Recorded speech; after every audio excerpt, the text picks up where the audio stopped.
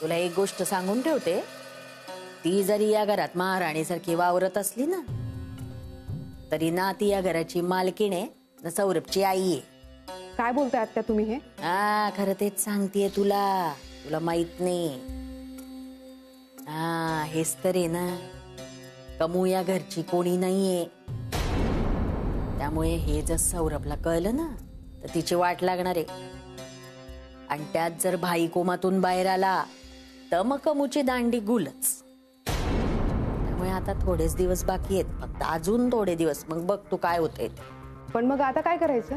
अगं बाई, तू ज्यातनं आत्ता जातीये ना, त्यातनं मी सुद्धा गेले, म्हणून मदत करतेय तुला. पण तुम्ही मला मदत का करताय? तुला माहित नाहीये, या बाईने काही वर्षांपूर्वी असाच माझा उपयोग करून घेतला आणि मग मला घरातनं लाथ मारून बाहेर काढलं. नाही, मी एक वेळ या घरची मुलगी आहे ग, म्हणून इतक्या वर्षांनी का होईना या घरात परत आले. पण तुझं काय? हा, तुला एकदा बाहेर काढली की काढली, तू कशी येणार? पदराला गाठ मारून सांगते, एकदा तुझा उपयोग करून झाला याशी फेकून दिल नाही बाई. पण आता बाई, तुला नसेल मला मदत करायची तर काय बोलणार, मग मर्जी तुझी, तू कर आपलं तुझं. नाही आत्या, मी तयार आहे. शाबास. आता अजून फक्त थोडे दिवस, मग बघ तू काय होतंय.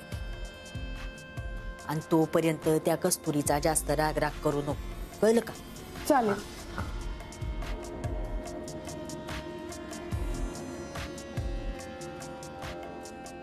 सपना, एक काम करते, मी देऊन येते चहा कमूला. हा, नाही नको आत्या, मी जाते ना.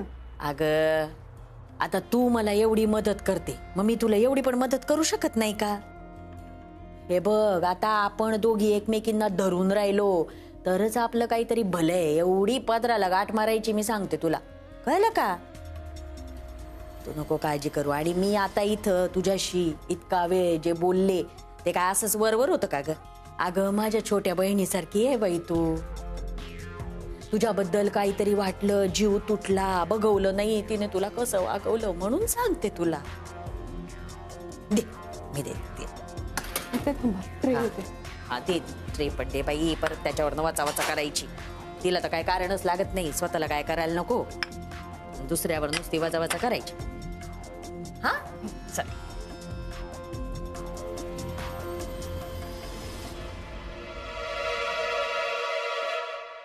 पैसे द्यायचं सोडून फालतू बडबड काय करतो रे? पैसे द्यायचा उद्याचा शेवटचा दिवस लक्षात ठेव. नाही पैसा मिळाला ना, तुझ्या जिंदगीचा शेवटचा दिवस आहे.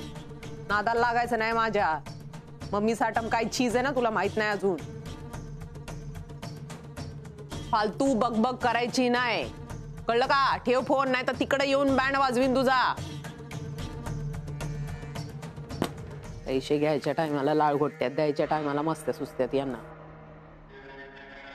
35 लाख काय बोला.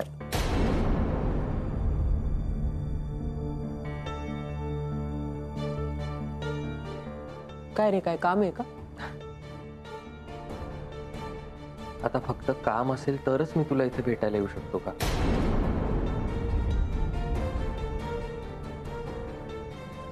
नाही, तसं नाही.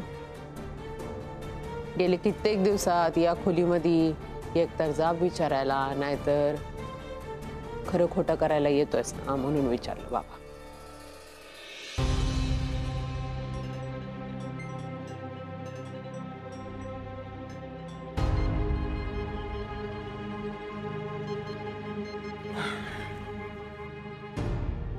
माणसाचं काय करायचंय? तू अजूनही रागवलीस माझ्यावर?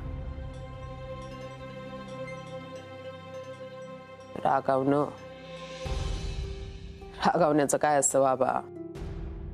राग कसा पटदिशी येतो, पटदिशी निघून बी जातोय. आणि त्यात तुझ्यावर तर रागावता बी येत नाही.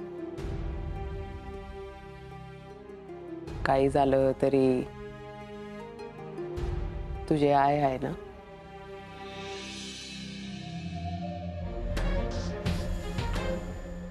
तुला असं वाटतंय का आम्ही देवळात सोडून बाबांना दुसरीकडे कुठेतरी घेऊन गेलो होतो? कस्तुरीच्या घरी गेलो होतो असं वाटतंय. काय मला ना खोटं बोलता येत नाही जास्त. मला अजूनही वाटतं तू कस्तुरीच्या घरीच त्यांना घेऊन गेला होतास. कारण काही झालं तरी कस्तुरी बायको आहे ना तुझी.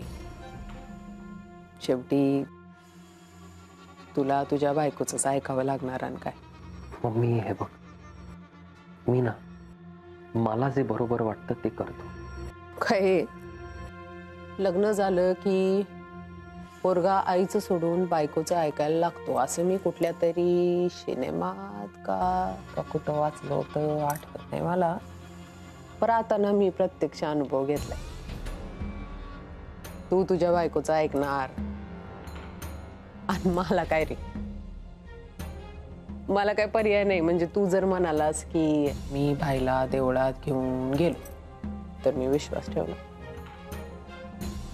तू जर म्हणालास की मी पाहिलं भाईच्या डोळ्यातनं पाणी आलं तरी बी मी विश्वास ठेवला. ते झालंच.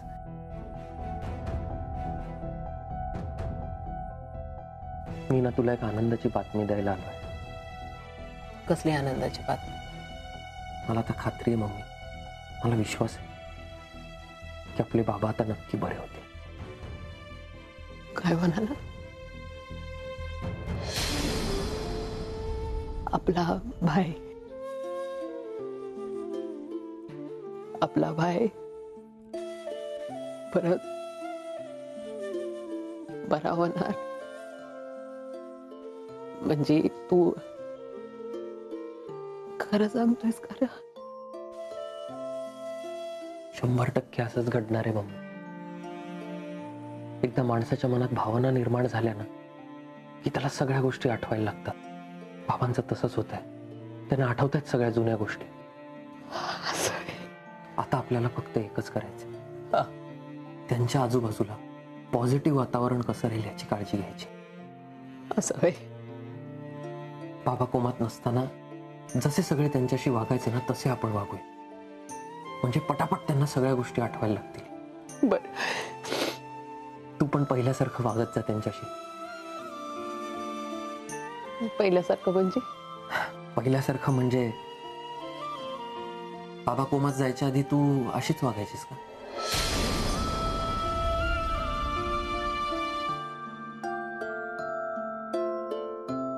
सांग ना.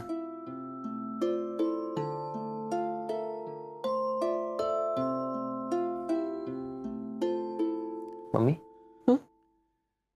काय? तू अशीच वागायचीस का? अशीच वागायची म्हणजे? म्हणजे अशी काय अशीच वागायची आणि कशी वागणार आणखी? आता मला म्हणालीस की तुला माझ्याशी खोटं बोलता येत नाही. आता का खोटं बोलतेस? काय बोलतोस? हे कुठं खोटं बोलते? काहीतरी बोलतो सुखाच. सांग ना. कशाला खोटं बोलीन मी बाबा? सारखा सारखा तेच प्रश्न. या खुर्चीचा दांडा सारखा सारखा नुसता लागतो. येता जाता किती वेळा सांगितलं ह्या खुर्चीची जागा कुठेतरी बदलून ठेवायला पाहिजे. इथं समोर खुर्ची ठेवून काय फायदा आहे? मी तर समोर कधी बसत नाही, त्याच्यावर बसायला वेळ सुद्धा मिळत नाही मला. आणि कशाला ही खुर्ची ठेवती? मला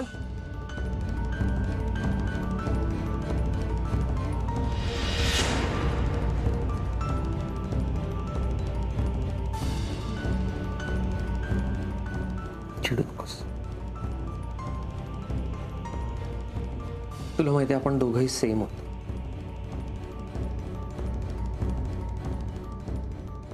सेम म्हणजे? म्हणजे बघ ना, तुला कधी कधी असं वाटतं की मी काहीतरी लपवतोय आणि मला कधी कधी असं वाटतं की तू माझ्यापासून काहीतरी लपवतेस. आत्ताही मला असंच वाटतंय. काही बोलतोस बर का? सुरू तू काही बोलतोस. किती वेळा सांगायचं रे तुला? मी कशाला काही लपवीन? लपवण्यासारखं काही आहे का?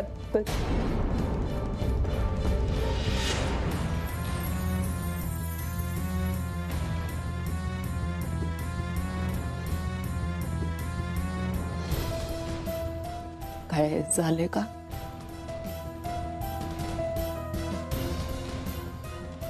बऱ्याच दिवसांनी असं वाटलं तुला मिठी मारा म्हणून मारली.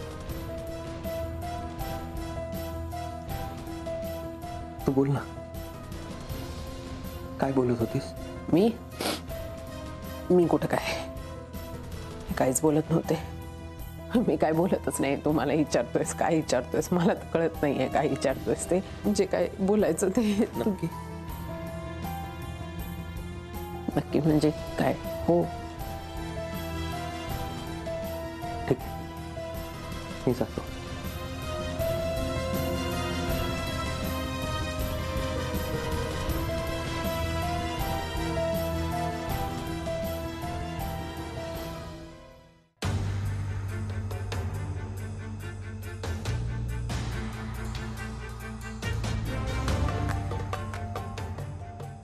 काय ग, बोलणं ऐकत होतीस का काय आमचं?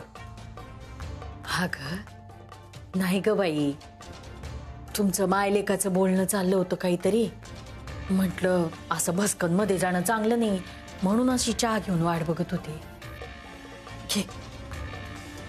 ठेव तिकडं.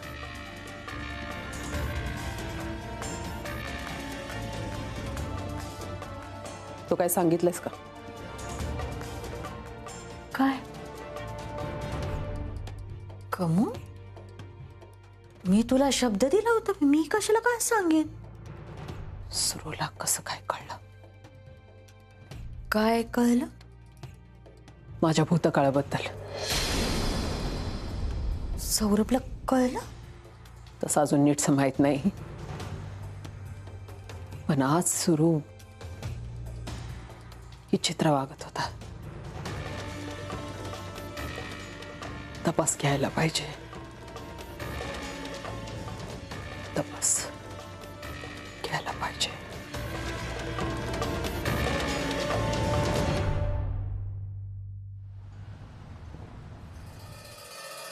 छोटाबाई मला काय माहित नाही. शक्य नाही शिवादादा, हे शक्यच नाही. छोटाबाई मी खरंच सांगतोय, मला काही माहित नाही. बाबा आणि मम्मी यांच्यातली सगळ्यात महत्वाची व्यक्ती तुम्ही आहात, तुम्हाला माहित नाही? असं असतं छोटाबाई तर मला घरातनं काढलं नसतं ना. शिवादादा, मम्मी रागवलीये. तिचा राग शांत झाला ना, तुम्ही बघा, तुम्हाला आपणहून बोलवून घेईल ती. मला नाही वाटत छोटाबाई की मम्मी आता मला परत घरात बोलवणार कधी. असं नाहीये, ती तुम्हाला घेईल बोलून. एक लक्षात ठेवा, आपण नेहमी त्याच व्यक्तीवर रागवतो जिच्यावर आपलं खूप प्रेम असतं. शिवादादा प्लीज मला सांगा, म्हणजे आधी असं काय घडलं? मम्मी आधी कशी होती? कारण ती आता बदलली आहे, पूर्वीसारखी नाहीये. हे कोण म्हणाल तुला छोटाबाई? ते हे बघा, मला माहिती आहे मम्मी बदलली आहे आणि मला पूर्वीसारखी मम्मी हवी आहे, जशी होती तशी. म्हणजे बाबात कोमात जायच्या आधी मम्मी होती ना, तशी. प्लीज मला सांगा. शिवा दादा, मी हात जोड. अरे छोटाबाई नाही, हात वगैरे जोडू नको तुम्ही. मला प्लीज सांगा शिवा दादा, प्लीज. सांगतो म्हणजे खरं सांगायचं ना तर मी माझ्या आयुष्यात मम्मी एवढी शांतबाई कधीच पाहिली नाही. म्हणजे भाईच्या आयुष्यात आल्यानंतर तिनं म्हणजे सगळ्यांना आपलंसं करून घेतलं, तुला, घराला, सगळ्याला तिने आपलंसं करून घेतलं. आणि मग त्यानंतर भाईचा घात झाला, पण त्याच्यानंतरही आपल्या मम्मीनी सगळा बिझनेस सांभाळला. म्हणजे आणखीन कोणी असती बाई ना तर ती पळून गेली असती, पण आपली मम्मी खंबीरपणे उभी राहिली आणि सगळा बिझनेस वगैरे सगळा सांभाळून घेतला तिने. हे मला माहिती आहे, पण नक्की घडलं काय? म्हणजे बाबांची मम्मीची भेट कशी झाली? हा छोटाबाई, मला हे सगळं माहित नाही, पण मी पण मम्मीला बाईच्या आयुष्यात आल्यापासूनच ओळखू लागलो. मग मम्मीला असं बनवलं कोणी? बाबांनी? छोटाबाई खरं सांगायचं ना तर मी आधी पण घरातल्या गोष्टींकडे लक्ष देत नव्हतो आणि आता पण देत नाही. माझा मालक मला जेवढं काम सांगतो ना मी तेवढंच करतो, त्याच्या व्यतिरिक्त मला काही माहिती नाही. छोटाबाई, तुम्ही एकदा मम्मीशी बोलून बघा ना, मला काही झालं तरी भाईची आणि मम्मीची सेवा करायची आहे. काळजी करू नका, मम्मीशी मी बोलतो, ती तुम्हाला लवकरच घरात घेईल. बोला छोटाबाई. मी करतो काहीतरी.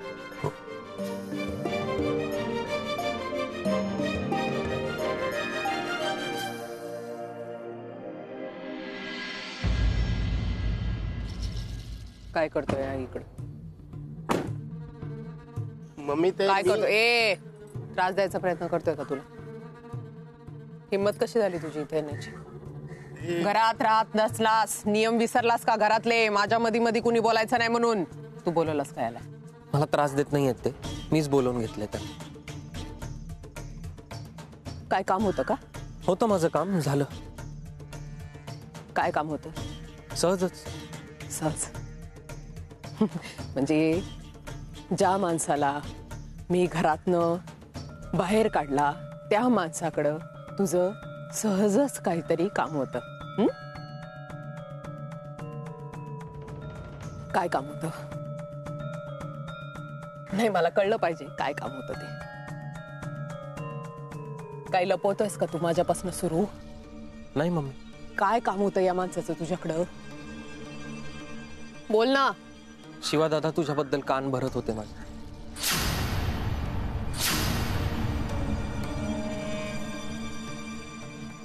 काय रे?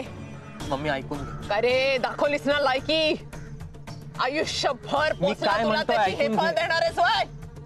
माझ्या पोराचे कान मम्मी भरत नाही. माझ्या विरुद्ध मम्मी, काय? तुला तो सोडणार माझे नाही. कान भरत होता कारण त्याला तुझी काळजी वाटत होती. मला काय म्हणाले माहितीये? म्हणाले छोटा भाई मम्मींची काळजी घ्या, त्यांना एकटीला सोडू नका. माझ्या अपरोक्ष जर त्यांना काही झालं आणि भाई कोमातून बाहेर आले तर मी त्यांना काय उत्तर देणार आहे?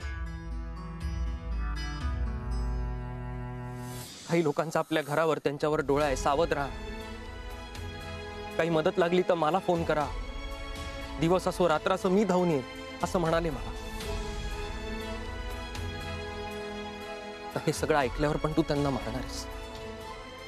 तू खरं बोलतोयस. खोटं बोलून मला काय मिळणार आहे? आता तरी त्यांना माफ कर. चूक झाली त्यांच्याकडून, जशी माझ्याकडूनही झाली होती, कस्तुरीकडूनही झाली होती. पण तू आम्हाला अशी नाही शिक्षा दिलीस, मग त्यांनाच का शिक्षा देतेस? जेव्हा ज्यांच्यावर आपला सगळ्यात जास्त विश्वास असतो ना, ती माणसं जेव्हा आपला विश्वासघात करतात ना, तेव्हा तुटायला होतं. ज्या माणसाला सगळ्यात जास्त वफादार समजला तो माणूस जेव्हा असं वागायला लागतो ना, तेव्हा त्रास होतो. वफादार समजले होते मी याला. सगळ्यात पहिल्यांदा येऊन यानं मला सांगायला हवं होतं. कुणाला भी नाही कळणार विश्वासघात होतो तेव्हा काय होतं ते. चूक झाली मम्मी त्यांच्याकडून, आणि ते जे बोलले ते तुझ्या मुलासाठीच बोलले. माफ कर त्यांना. एका अटीवर माफ करणार मी याला. सांगा ना मम्मी काय ते करतो. तुला तुझी वफादारी पुन्हा सिद्ध करावी लागल. चालेल. जेव्हा ती सिद्ध करशील ना, तेव्हाच पाऊल टाकायचं या घरात. शिवा, चालेल. तोंड वर करून बोलतोयस ना, चालन चालन. जे बोलतोयस त्याची जाण राख. तुझी सगळी कामं झाली असतील तर हॉस्पिटलकडे बघ. तुला नाही वाटत का दुर्लक्ष होतंय त्याच्याकडे? जातो मी, तिकडेच जातो.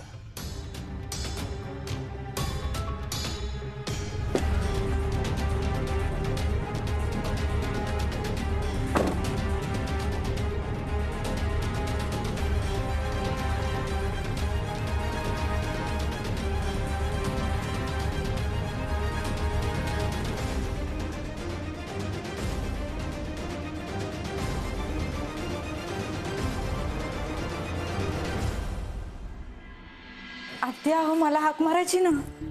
अगं राहू दे.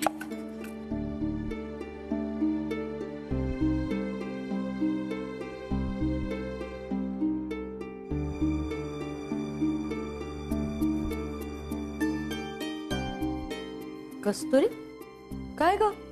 चेहऱ्यावर आनंद आहे आणि डोळ्यात पाणी काय मग?